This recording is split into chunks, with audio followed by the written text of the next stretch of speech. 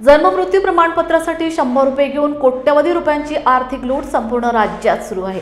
या विरोधात भारतीय युवा काँग्रेसचे महासचिव स्वप्नील ढोके स्वर्गीय राबा कुंभारे यांच्या पुतळ्याजवळ आजपासून अन्नत्याग आंदोलन करीत आहेत। 2018च्या GR अनुसार जन्ममृत्यू प्रमाणपत्राची पहिली कॉपी निशुल्क व त्यानंतरच्या प्रत्येक कॉपीवर 5 रुपये घेण्याचा आदेश आहे, परंतु जन्ममृत्यू प्रमाणपत्रासाठी 100 रुपये घेण्यात येत आहेत। राज्य शासनाने लोकांकडून होणारी ही कोट्यवधी रुपयांची आर्थिक लूट थांबवावी व दोषी असलेल्या लोकांवर कारवाई करावी, अशी मागणी स्वप्नील ढोके यांनी केली।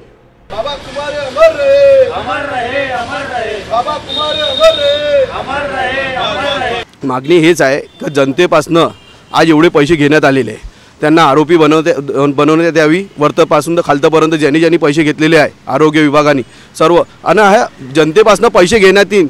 आज मेहोमध्ये बघितलं तर पुरं पाणी लीक मारत आहे, हॉस्पिटलमध्ये पाहिलं तर दवाईचा साठा नाही आहे। मग हे एवढे पैसे 100 रुपये लोकांपासून घेतलेले आहे। आम्ही प्रत पाली 100 रुपये। तर आज नागपूर शहरामध्ये 10 झोन में एक मेन कार्यालय, मेहो मेडिकल डागा, नागपूरचे आजूबाजूचे क्षेत्र पूर्ण पाहिलं तर रोजचे 5000 कॉपी, जसे 10,000 कॉपी जातात, पण 5000 कॉपी भी म्हटलं तर 100 कॉपी 5000 कॉपी गेले तर 5 लाख रुपये रोज होतात। महिन्याचे होतात 1.5 करोड रुपये महिना, वर्षाच्या होतात 18 करोड रुपये होतात।